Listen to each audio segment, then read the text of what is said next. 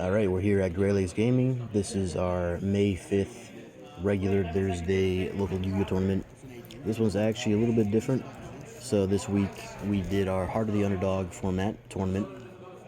If you don't know what that is, it is an officially sanctioned Konami tournament. As you see, we're opening up our OTS packs here. So it is something that Konami introduced, or they announced a couple months ago.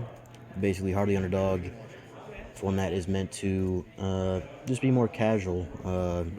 Specifically, it's meant to be non-meta. So it's basically a custom ban list. Of course, we only ban cards. We don't bring stuff back, but it is still a custom list of not just banned cards, but banned archetypes as well. For example, some of the cards we banned, some of the archetypes we banned were like Despia, Branded, Drytron, Eldritch, Flunder. We banned the Adventure Package. We banned, oh boy, pretty much everything, like Sword Soul, anything that's been topping, even random stuff like Invoked and Adamantipator, Sky Striker, stuff that even though it hasn't topped recently, it's still stopped in like the last couple years. So we banned a lot of straight up archetypes, but also a lot of meta cards like Droplet was banned, Axis Code, Appaloosa, Borreload, Baron, Ash Blossom, Zeus was banned. So we basically just banned, like, we made it more of a non-meta tournament, not necessarily like, like a free play tournament where you can just like unban random stuff, but just ban some like the best strategies. And that's the whole point of the underdog format. You could probably look it up and find more information about it, but the whole point was to allow players to, play at a tournament without, with non-meta decks, basically. So I'll put the entire ban list in the description, so if you see anything that's weird, people say, before you leave a comment saying, oh, why didn't he make this, or why did he do this, or, that's because a lot of stuff was banned for this, so, and it does make it more fun. As you can see, this is the feature match of round 1 of Thursday, like I said, May 5th. It is actually me on the left versus Adam Duke on the right. I am playing my ZEFRA deck. I absolutely love ZEFRAs, but I should tell you beforehand, before the video starts, I am incredibly rusty with this deck. I should have hand tested it before. I've been out sick, and I just had really no preparation for this tournament at all. But I open up the nuts. Starts out with the Spellpower Mastery, which is going to search me the Endymion. I'm playing ZEFRA Endymion. By the way, Adam is playing Burning Abyss. Basically, pure Burning Abyss. So it's not a PK Fire, because Phantomites are banned in this format. So just straight up classic EA. So I search the Servant, activate the Servant. This is like the ideal opening for ZEFRA. I've played this deck a while, but like I said, I misplayed. I could have played this way better, but also credit to Adam. He's very good with his deck, so then I activate the Oracle ZEFRA. Oracle ZEFRA is going to get me the search for any ZEFRA monster, which typically I'll search the Zefrath. I can see my hand there. It's the Dark Worm, Set Rotation, and Zefranu, or Zefranui, depending on how you want to pronounce it. So that will put a spell counter on Servant. And then I really am not a huge fan of this play, but you have to do it. So you do the Set Rotation, which will basically force out 2 field spells. So it has to be 2 different ones. So I'm going to give him, this is kind of risky, but I'm going to, okay, so never mind. Usually I give people the Ravine, but I'm going to give myself the Ravine, and I'm going to give him the Oracle ZEFRA. Cool little trick with the Oracle ZEFRA: if you give it to them, they cannot activate it if they're playing like a field spell deck.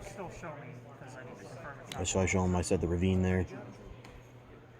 For ZEFRA, like, I open up basically like one of the best hands you could open, and I still, well, you'll see how the game plays out. So I activate the Ravine, discard the Dark Worm, which is fine, because we got Destrudo back in the game, so send the Dark Worm and then send the Destrudo. So I activated it, so it'll count as the Servant of Endymion counter. This deck does so much like searching and adding and shuffling and spell counting. It's a little ridiculous to play in person sometimes.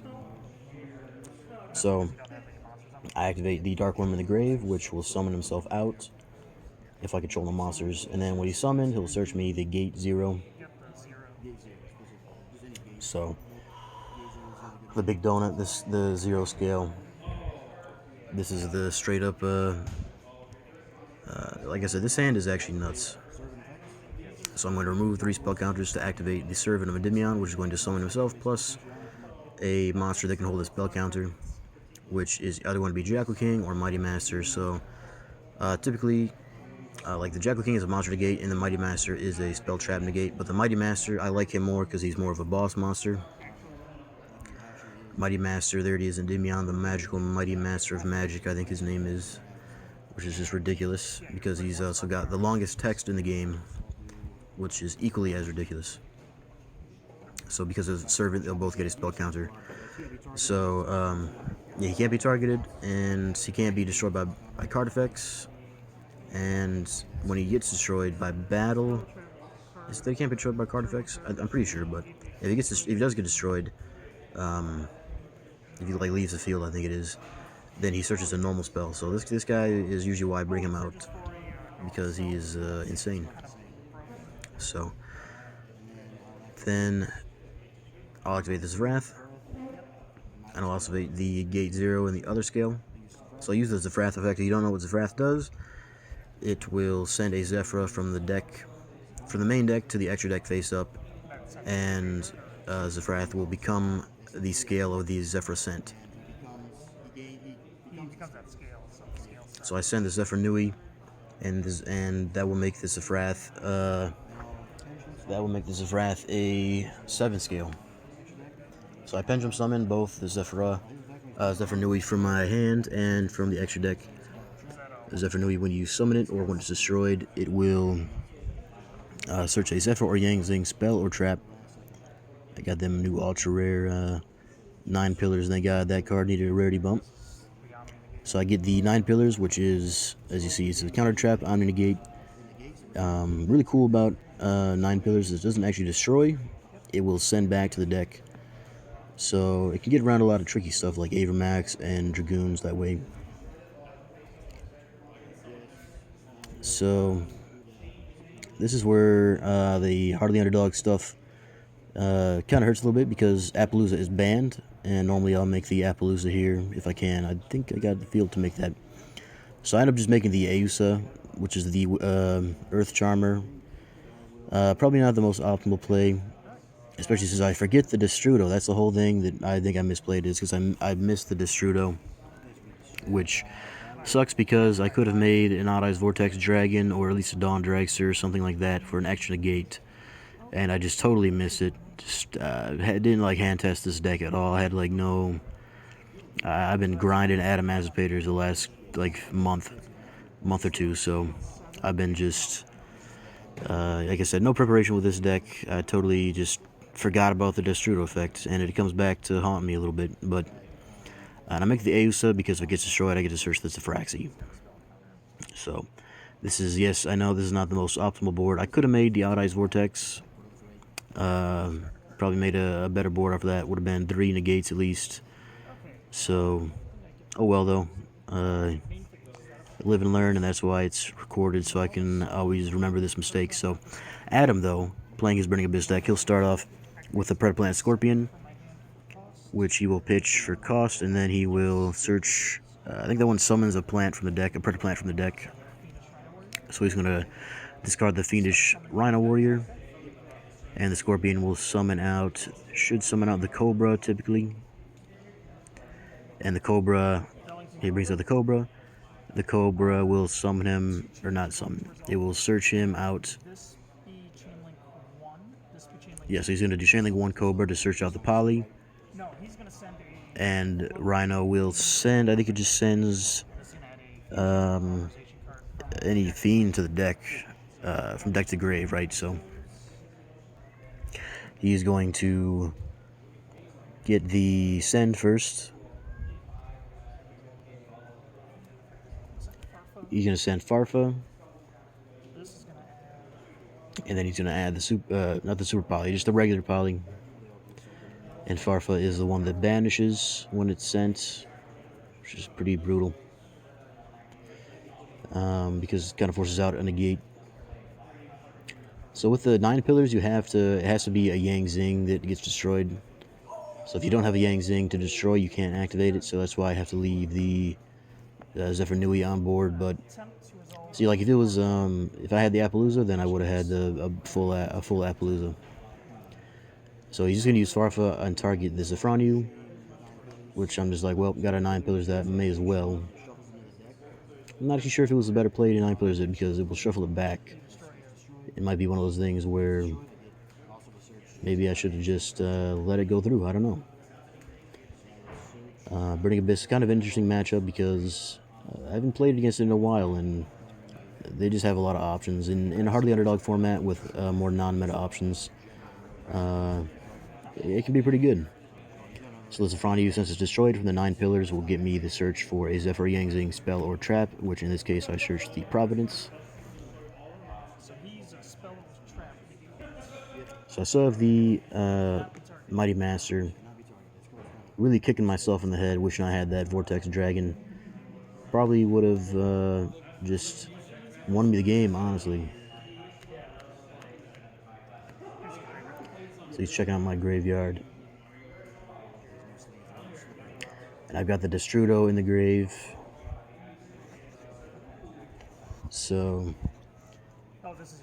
yeah, and I gave him the Oracle of ZEFRA, so checking out the Mighty Master. Mighty Master, kind of famous, like I said, for having the biggest, the longest text, the most text out of any monster in the game, any card in the game.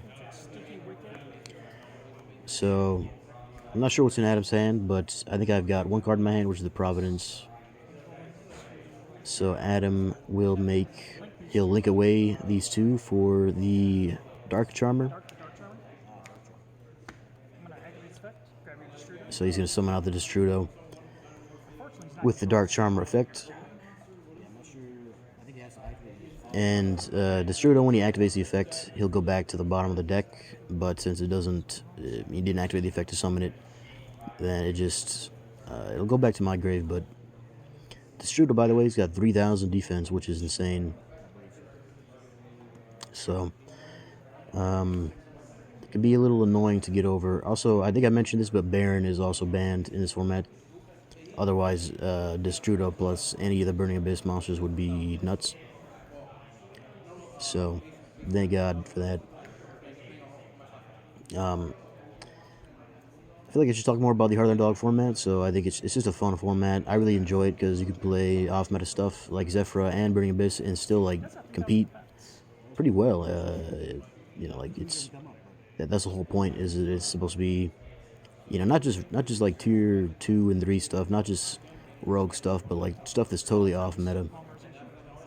And I really like it. A lot of players like it, and we do it at Gray's Gaming twice a month. So if you want to play, come down and give it a shot. So I respond. So he activates the polymerization, and I'm going to chain the Mighty Master to bounce the Servant back to my hand to negate and destroy the poly. I don't know what he would have made there.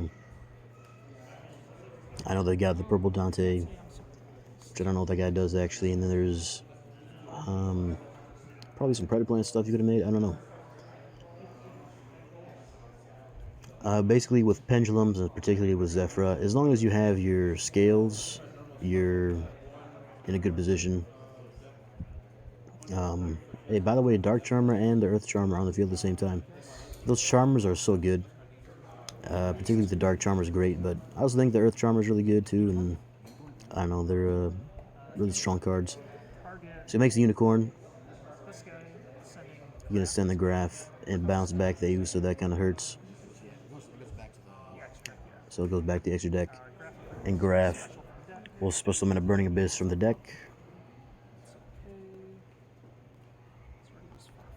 So he's going to summon, I think does he summon out Farfa here, I think? I'm not sure.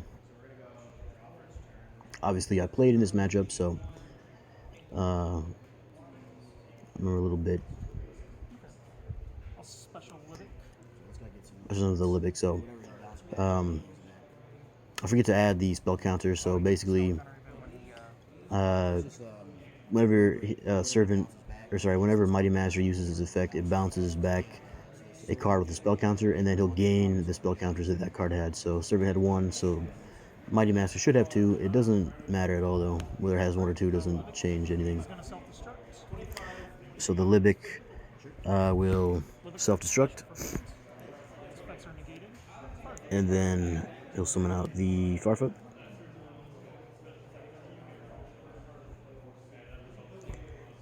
Because the Libic effect will summon out. I think he used the Libic effect to summon out the Farfoot. So Mighty Master, very annoying card to read because it's just got so many effects.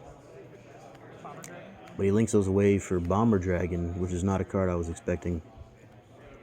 So Bomber Dragon, like I said, Appaloosa's banned, and so is Access Code Talker. So that's probably, if you're wondering why he didn't make Access Code right there, it's because it's banned for this tournament, which is kind of interesting because it makes.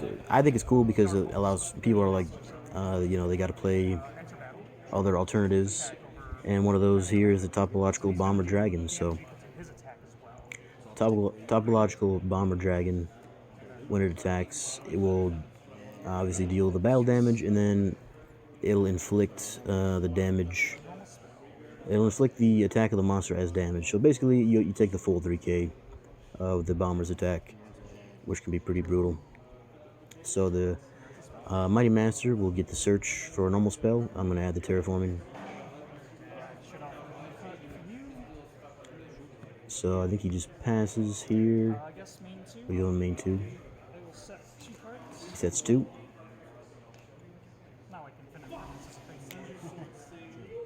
So I draw.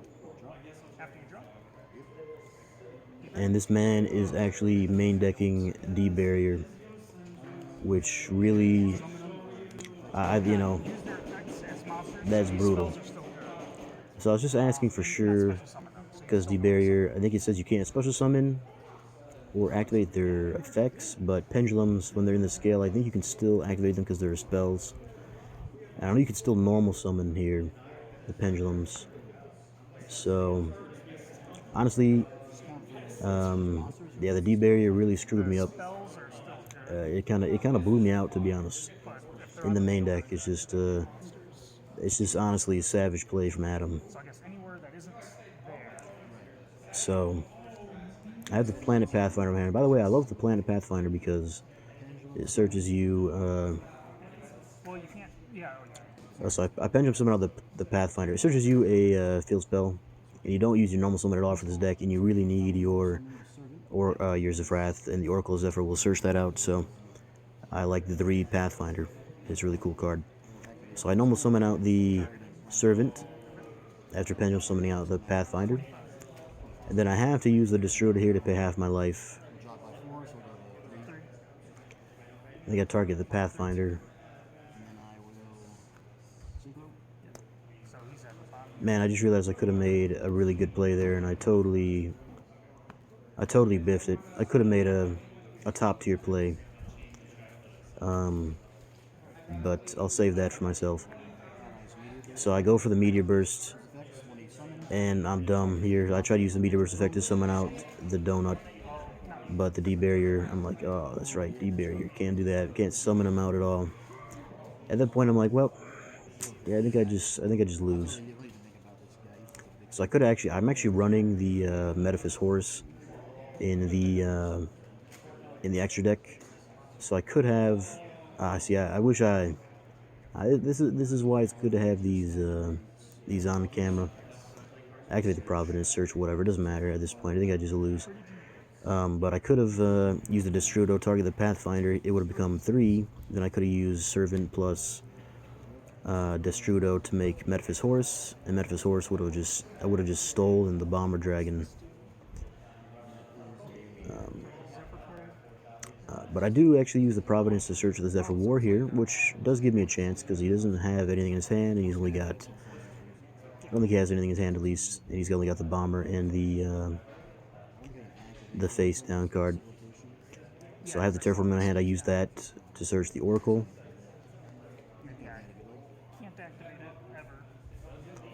So I get the Oracle and the ZEFRA War in my hand.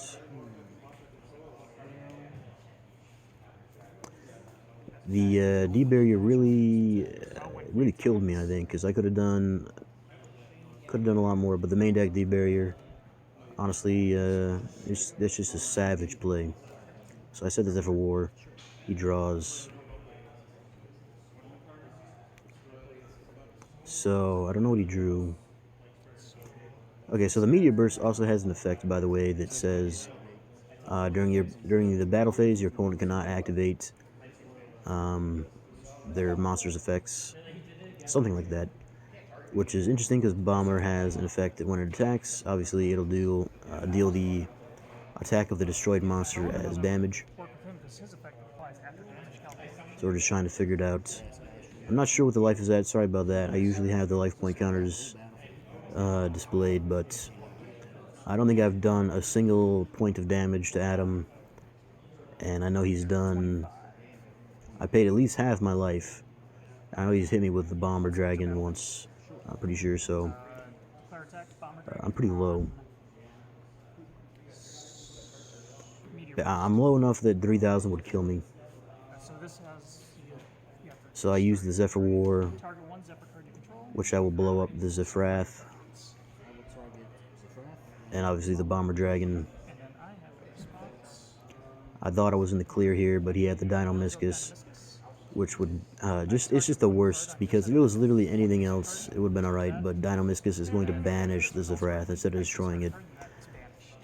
So the ZEFRA Providence in the grave isn't going to help at all. It's just honestly just a bad matchup, right? So the Dino-Miscus will resolve banish, the ZEFRA and the ZEFRA War will fizzle. And we're trying to figure this out because the Meteor Burst does have the wording on it that will negate the Bomber. We're just not really sure exactly. We're not exactly sure because if the Bomber will activate. Because if the Bomber can activate, I'll just take 3k. I'll take the 3k and lose. But otherwise, I'm still, I think, in the game. So we call for Ashton, who's our local judge, but he was not available. Ultimately, I'll give you a spoiler alert. We rule it. We rule it. Basically, by the way, guys, if you're not a judge, don't try to answer ruling questions, guys, because most of you guys are just actually wrong all the time. I get so many of you commenting in the description, or in the comments, I mean, about rulings, and you guys are just, like, half the time you are legitimately just straight up wrong. So we asked one of the guys around here, who of course was wrong, but he ruled in my favor, so, you know, but it wasn't ruling, actually, because he's not a judge, but he was just like, oh yeah, I think it just works like that. But guys, if you're not a judge, just shut up, okay? It doesn't really matter, though, because I would have lost. Regardless, I didn't have, like, any plays for this. If you guys are wondering about the ruling, by the way, Bomber versus Meteor Burst, the Bomber will still go through, and I will still take the 3k, so I would have lost here. Doesn't matter because I pretty much lost anyway, because he ends up searching the tour guide after I think it's the end phase effect, right, of the Skarm. So I draw for my turn. I think I basically just scoop here.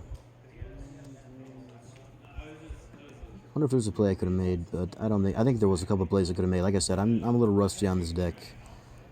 I'm just like, yeah, I think I just lose. I was checking his grave, seeing if I can make something. Dark. I think dark only needs to include a dark. Doesn't have to be both dark monsters. Because I could send the Destrudo, because I have the Dark Shrine in my, or the Dragon Shrine in my hand. I could send the Destrudo and summon it, but there's really nothing in my grave that's gonna help me with this. I was pretty stupid. I took out the I took out the Nightmare Unicorn before this event, which I probably should have just kept it in, honestly, because it might have helped me out here. I'm not sure. It basically just delayed the inevitable. Like I said, I should have lost already because the bomber dragon. But our local head judge, who's actually a certified judge, was not around, and instead we got a bad ruling. But not even a ruling. I can't even call it a ruling. But I ended up scooping to Adam. Pretty interesting game. I think I just credit to Adam, but I honestly think I just played that really bad. And there's not much else to say. So that is again the May 5th Yu-Gi-Oh! Thursday Heart of the Underdog tournament that we do. We don't do it every week, but this is round 1 of 4, and it goes to game 1 goes to Adam. So we're gonna go right into the side decking. So stay tuned for that.